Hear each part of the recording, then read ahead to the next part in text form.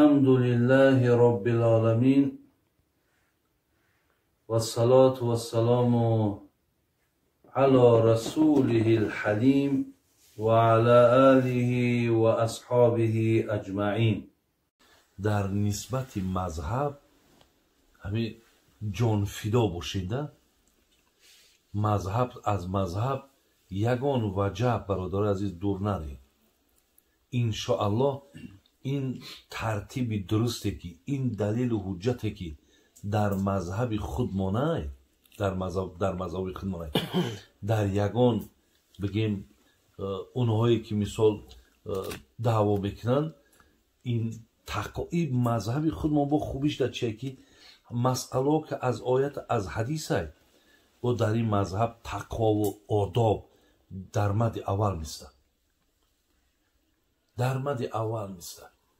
خود همین رهبر مذهب به خدا قسم اگر انسانی که تاریخش بخونه دیگه ای جانش دارم دوستش میداره، ای جانش دارم دوستش میداره.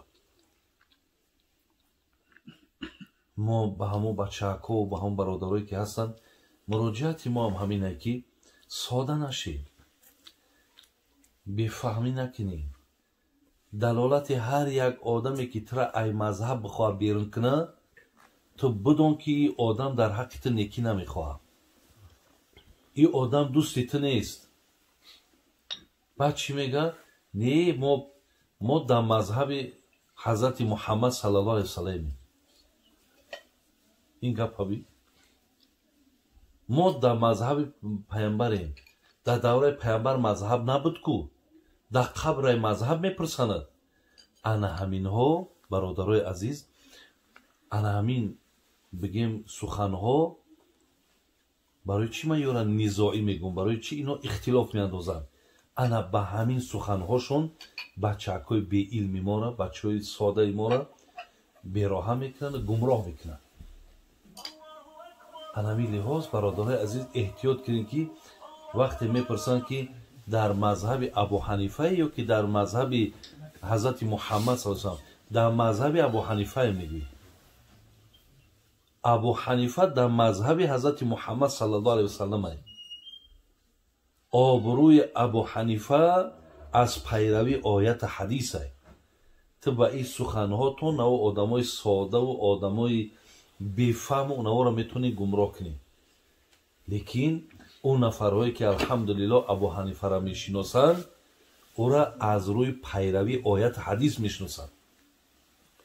خدا رحمت کنه ابو حنیفه را. میگه اگر سخنی مرا در آیت در حدیث چین کن، اگر نباشد در دیوار بذار پرچه پرچش کن.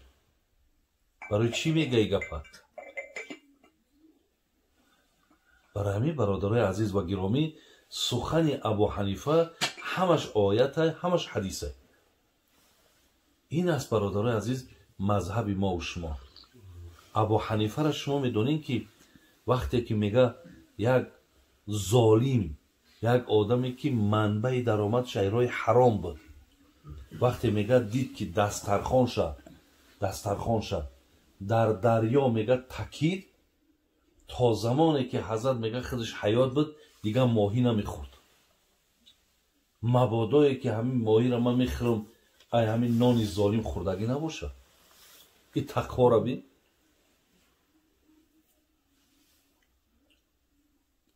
ولی در همه آدمایی که برادرای عزیز وقتی من یا قطعی ملاقات کردم، من اینا را دیدگیم، همون نفرهایی که اکر خداشون مقلد نمیگیرن، خداشون اهل حدیث میگیرن، دیگر میگیرن، در او اکر لباس ببین، در او برادر عزیز نشسته ببین، در او طرز گفتار ببین، باور که میگوی اگر دین همی باشه در همون میل محبت پیدا کنه میتونی. پیامبر گرامی را خدای مهربان در قرآن و اینک لعلی خلق عظیم گفت ای محمد تو چه اخلاق زیبا داری. الله در قرآن محمد گفت لو کنت فظا غلیظ القلب لانفضوا من حولی. ای محمد اگر تو زبانی درشت می داشتی مردم در گردت جمع نمیشیدن. این زبان شیرینی تو بود، این اخلاق زیبای تو بود که مردم در گردی تو جمع شد. میبینی همونا باور کنیم نه در اونا یگان بگیم ظاهری سنتی ندارن، در اونها تقوا به اصطلاح امروز بگیم сваркаи 380 қати сварка ки наместа. тақво билкул вуҷуд надорад. ҳатто як замон инҳо иҷозат медоданд ки ба худшон ё муфтӣ доранд, фатво метананд, агар ҳами героина бари ба ана душманои дин агар буфурӯшӣ хизмати дар дин ай. И фиребаби барои 4 тангаи ҳарома дар кисошон задан ё мебурданд дар ғайри дин героина мефурӯшанд, и ҷамъиян мошинои пеши пеш хонаи пеши пеш дар катаи када мегарданд. ё хизмати дин кестанд. як фатвоҳо доранд, як мақсад ҳами мо алҳамдулиллаҳ додарои аз майра барои чӣ қадр таъкидтон кестем ки ин чизҳо муҳимай донистантон дар кор ай. вале имрӯз интернетҳо пур шидагиай. интернетҳоро бинед бархилофи мазҳаби абу ҳанифа фатвоҳо беҳад зиёд рафтисай. вале даъво рафтисай ки худованд дар арш қарор дорад. яке аз масъалаҳои ихтилофие ки инҳо андохтестанд ки ягон аҳли суннат қабул надорад ки худо дар арш қарор гирифтагиай, нишастагиай. ҳамира ягон мазҳаб қабул надорад, ягон олими салафи солеҳи пеши мо қабул надорад. ин масъалаи ҳаминоҳай. ё эмон зиёд кам мешавад, ҳамиёда баҳс мекунанд. ё ин ки боби тавассул васила, ё масъалаи рафъи ядайн, ё масъалаи омин. ҳамаи ҳамин масъала як масъала нест, дар даҳҳо масъала ино ихтилоф андохтагианд. барои ҳамин дидем ки абу ҳанифара тақвои абу ҳанифара бид. мега дар таърихи абу ҳанифа мега як гӯсфанд мега дар бағдод гум шид. дар шаҳри бағдод як гӯсфанд гум шид. абу ҳанифа пурсид ки ҳамин гӯсфанд чанд сол мега амр дорад? гуфтанд ки ана 7 сол. 7 сол мега гӯшти гӯсфанд нахӯрд. мабодое дар ягон ҷо ман хӯрдум агар яке аз ҳамон гӯшти гӯсфанди ҳамон гумшидаро нахӯрда бошам. ин эҳтиёт ҳабин. як мардака қарз додааст, қарз дода пул. чанд вақт ҳазрат мебина мегреза, наметавона дода. мебинаш мегреза. ӯ доим дар суҳбатҳои абу ҳанифа мешиштааст. аз суҳбатҳо лаззат мебурда. як вақте ки қарза гирифтааст, дигар бечора адока ки наметавона, мебинаш мегреза. як рӯз ҳамин фавқулода мега дар роҳ омаданда ки рӯбарӯ мезананд. мега мардаки хуб, куҷо даи ту? куҷо шидӣ? ой маблаға гирифтӣ, ту моҳлат муайян кардӣ? ба гӯ ҳазратам хеле мушкилот омад боло.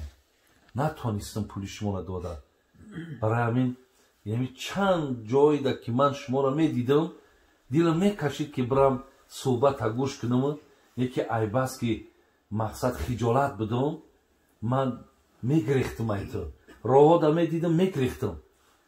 абу ҳанифа бисёр одами бозами ин ки тақво доштанд, бо тамоми мадрасаву тамоми мардума ай ҳисоби тиҷорати бақувват ки дошт бо дастгирӣ мекард. баъд гуфт ту кори мара мушкил кардӣ. аввалан гуфт қарзи додагима бахшидам. дуюм иққа вақте ки та ай дасти ман пои дар гурез доштӣ, ман кафорати ӯро бояд битам. ман бояд тура кафоратша битам. яъне иққа вақте ки та ай дасти ман дар гурез будӣ, яъне ман тура дар як ҳолати ногувор қарор дода будам. ман бояд ки тура пардохт кунам ки иққа вақт ай дасти ман азоб кашидӣ. бародари азиз, кӣ мекуна ин кора? кӣ мекуна?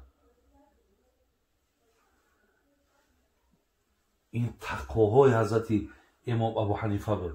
мега як нафари дигара маблағ дод, муҳлатшо омад, дер кард. мега рафт ба назди дарша рафт то аҳволша бубинад чӣ гапай. میگه وقتی اومد میگه در میگه تق تق کرده روز گرم بود. میگه در همون بیرون در ایستاد یک کس اومد گفت که برادر عزیز این درخت تاکی درخت بیز ای افتاده. گفت این درخت گفت همین صاحب خانه ما این مرده که قرض داده گیم اگر از ما در سایه درختش بیستم یکی پرسنت حساب نخوره. نگاه کده من حق ندارم که حتی از سایه درخت همین آدم استفاده برم زیرا آدم ولی ما قرض داره. ولی من در چندین جایها گفتم که یکی از سببهای بچه های ما پیروی از مذهب نکردنشون نشناختن ابو حنیفه. یا اگر ابو حنیفه را بشناسن اگر با مکتبه بگیم این مردک شناس شوند با علم این مردک شناس شوند بعد مقصد خلاصه میبرند که ای ما کاری نادرست کردیم ما کاری خطا کردیم. برای همین ولی بعضی بچه‌های خودمون اگه من میدانم یه روی جهل جاهلیه یه بیسوادیه میگه ابو حنیفه را این قریبه هم کندر کنید همون مردک بود ما مردکی نگاه کده او هم مردک بود ما مردکی. ایره حق نداری برادری عزیز تو مردک تو اولی برای او مردک شیدنی تو اولی میدونی چقدر راه ها را طی کردن در کار تو خاک پای ابو حنیفه نمیشه. او مردک تمام هستی و تمامی وجودش در خدمت دین بخشیدگیه. حتی ای پشت دین کشته شد نابود شد رفت ای پشت دین کشتنش. تصور کنید که وقتی خلیفه منصور گفتش که ابو حنیفه بیا قاضی شو بیا قاضیگی را میتونم. گفت نه. گفت چرا نمیگیری؟ گفت که من نمیتونم گفت قاضیگی را گرفته. گفت دروغ میگویی. گفت خیلی انا باز بهترین دلیل شد وقتی قاضی دروغگو باشه چرا باید قاضی میکنی؟ گپش قبول نکرد رفت زندانش کردن در زندان زهرش دادن. برای چی؟ برای قاضی نمیشود. تصور کن برای قاضی نشدن مردک ای مسئولیتی که اینجا حکم صادر میشود. ما حکم یک آدم میبرم یک مبادا یک اشتباه خطای کمبود نکنم حالی آدم چی میشود؟ همین خلیفه منصور برادر عزیز میگه یک بار ابو حنیفه را فریاد کرد. خیلی میدید شهرتی او را دیده بود علمی او را دیده بود. وقتی که او را دید میگه گفتش ابو حنیفه میگن یک کلمه که دراز که طرفش گوه همیره تبرکنه دستی خود همیره تازه که همی بالا که استالی کاری مدامان مقصد ای دست شما بزرگوار تبرک کرد. میگه گرفت تیز کرد خش روه کرد انا در دستی پادشاه دادش. پادشاه گرفت گفت بسیار تشکر زیاد مقصد رحمت. گفت من گفت یک کاری دیگه شما دهی بتیم. گفت با گرفتش شکستش. گفت چی کارش کردی؟ گفت امرت واجب بود امرت اجرا کن لیکن گفت این قلم در بالای استال کاری تو باشه یک مبادای تو به همین قلم ما یگان حکم یگان آدم صادر کنی به طریق جبر باشه ظلم باشه ما در همین کاری تو یاردمچی حساب میخورم برای همین شکستمش. با قلم تیز کردگی ما تو وقتی می نویسی من خدمت گناهگار حساب میکنم. کی میتونه این کارو را کرده برادران؟ یا که ای تقواهاش ولی ایره علمی ایره تو نگاه کن ایره استدلال استنباداش هم مثال در کتاب های فقه نگاه کن با خدا لذت میبری. همین امام شافعی همین قدر بگیم امام کلان همین قدر شخصیتی بسیار معروف عالم میگه ما در علم فقه نانریزه های دسترخوان ابو حنیفه را میخوریم. امام شافعی نان ریزه های دسترخوان ابو حنیفه را میخرید. همین امام شافعی میگد که امام مالک گفتن حضرت همین امام مالک شما ابو حنیفه را دیدین؟ گفت دیدم. گفت چه خیلی آدم بدمو؟ گفت اگر نمی یک ستون ای چو باشه بگه که نمی تیلا اثباتش میکنه. همین چوی را بگه تیلا بدن ام را اثبات میکنه. ای کس همین هم در حیات برادرای عزیز بسیار تهمت ها کردگی هم. این چیلی که امروز سنگش میزنن این امروز بسیاری همین بگیم همین جهل جاهلی همین کودکای امروزه برآمدگی که ابو حنیفه مقصد انا از قیاس گپ میزد، ای رأیش گپ میزد، یعنی مسئلهاش همه مسئله های عقلی بود، ای آیت ای حدیث نمیگرفت. همخیلی همین حضرت هم قطعی حضرت یولی امام اوزاعی قطعی بحث داره. ایرا حتی همین خیل با اونها بردن بحث کرد که حتی گفتش که تو حضرت چکار میکنی؟ میگن انا خیلی بعضی بحثا دارد در باب همین برداشتن دست، مثال ترک رفع یدین، بحثا قطع امام اوزاعی دارد. چخیل بحثای زیبا کردگی قطع همونا و با نبیره پیامبرم بحث دارد که وقتی دیدش گفتش ابو حنیفه شما این؟ گفت بله. گفت چرا سخنای بابای من موندگی تو به عقل خود مسئله را استخراج میکنی؟ گفت نه. گفت برادر از این گفت گفت در حق من تهمت های. گفت این گفت را گفت در حق ما نزنین. گفت بعد 6 قطعی شد. بعد در همین مسئله هایی که بود مقصد بحث و مناظره شد، اخیر خیست همین نبیره پیامبر پیشانش بوسه کرد. گفت به خدا قسم بر من گفت نادرست رسانیدن، برای من خطا رسانیدن. یک چند مسئله را آورده. گفت همین مسئله اگر بگیریم یک مسئله شد، گفت بابای تو گفتگیه که محصد در بالای موزب کش. گفت بله. گفت اگر من به عقل کار میکردم، به عقل آخی بالای موزد چی در کار مست؟ من میگفتم تا دا آخی زیر و بینماز تا میشوه. من گفتم تای موزد مست کشید. لیکن بابای تو گفتگیه که بالای موزد مست بکشین، من مردم گفتم بالای موزد مست کشید. همینجا عقل گرایی من در کجاه؟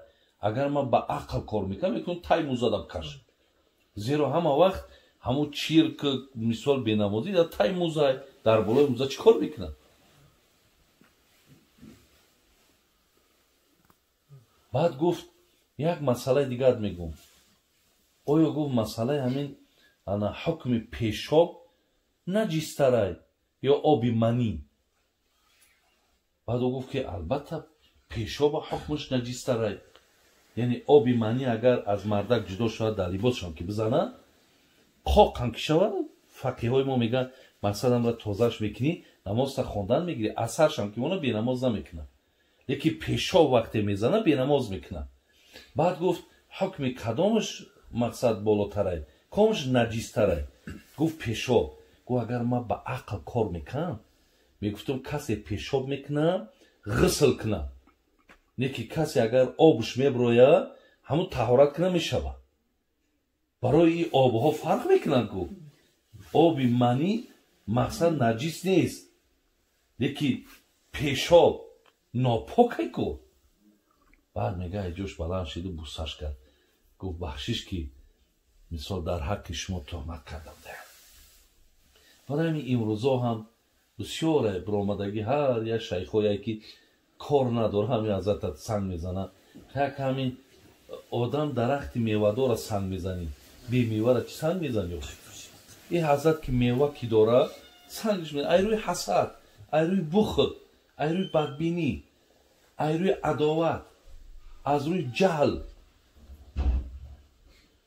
اگه سخنی ما برادران درازی بچید من قصه را خواستم بگم برای شما یا تون بود نبود انا قصه امام شافعی در خانه امام احمد حنبل مهمان شد وقتی میگم مهمان شد بعد چرا که می وقتی یک عالم خانه یک کس میدروه اهل خانواده میخواه ببیننش بعد امام احمد حنبل یک دخترچک داشته است انا امام شافعی که بسیار مشهور که بود تصیح ببینمش چهره رنگ روش خیلی نگاش میکنه هر یک حرکت چه میدید است امام شافعی نمیدید است خیلی اومد شیشت از خانه ده یک شب میمانداریش کرد سری گسیلش کرد بعد دخترش امام احمد حنبل گفت حضرت پدر همه امام شافعی گفت ها گفت بعضی چیزوی من در این آدم دیدم هیچ با عالم گفت ایراست نمی آید گفت چی دیدی؟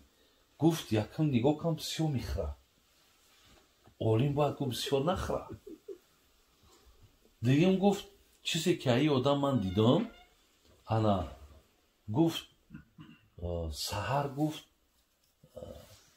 شب گفت تهجد نخوند نماز تهجد نخوند سحر گفت به طهارت نماز بامداد چه خوند این آبی طهارت مونده بوده از همون که فهمیدن بعد امام احمد حنبل در دلش نمونده بعد امام شافعی را دید گفت حضرت همین دخترچه موبسی آدم خیلی کنجکاو بوده نگاه کرده است همین گفت از زد همین تو چند روز قد دارد بعد امام شافعی گفت راست بگه گفت من برای چی زیاد خوردم زیرا که پیامبر گرامی گفته است که انا هر کسی که در خانه یک آدمی که منبع درآمدش ایرای حلال باشه و سخی باشه نان او را زیاد بخورید همش دوای شفای حساب که که از آدمی که دسترخوانش ای حلال پر می شود ای راه حلال پر می شود و خودش با سخی ای پیامبر گفته است از همین خیل آدما نانشان چند قری خوردی همش شفا ای نه که ای آدمی ممسک بخیل و اگر نان ای راه حرام باشه خوردی همش درد ای این برای تو زحمت میاره برای میگو حضرت تو یک آدمی هستی که هم سخی هم درآمد ای راه حلال ای من با همین خاطر زیاد خوردم دویم گفت تهجد نخوندم راست میگه من وقتی که در هم جاگه خوابم گفت درست کشتم حضرت سوره فاتحه را خواندم از یک سوره فاتحه گفت 70 مسئله بیرون کم 70 مسئله را گفت ایدرن سوره فاتحه بلند بیرون کم به همین خاطر گفت انا یک دمک میبینم که اذان صبح دادن یعنی شب درست من بیدار بودم من با همون مسئله سر کار داشتم لیکن سحر نماز بامداد به همون طهارت شبم خواندم ولی ما میگیم که در تاریخ آمده است تمام مورخای بگیم مشهور و معروف ما و شما که میگن ابو حنیفه 40 سال آخر عمرش طهارت شب قطعی بامداد میخوان همین با همین آدمایی که امروز نظام میاندازن همه که دشمن ابو حنیفه بعد چی میگن ای خیلی بعد ای که قطعی زنش هم خوابه شده این خیالی که فقط همین هم خوابگی شب در روز دنه میشه یا فکرشون همین دا میرواده آخی این خیالشون که همین کار فقط باید در شب باشه روز دا ممکن نبوده نمیدانن چی بگن همین را باید یک ایراد بگیرن این امام شافعی میگه با طهارت شب بامداد خوندن برای همین برادرای عزیز و گرامی یعنی بینه که لقمه حلاله پیامبر گرامی چی گفتن؟ شفا گفتن برکت گفتن خدای مهربان توفیق ممته خدای مهربان هدایت ممکنه خدای مهربان که همین چند روزه که برای ما و شما معین کردگی است توفیق بده که از عهده بندگیش ببراییم حرام شه حرام بدونیم ҳалолша ҳалол бидонем.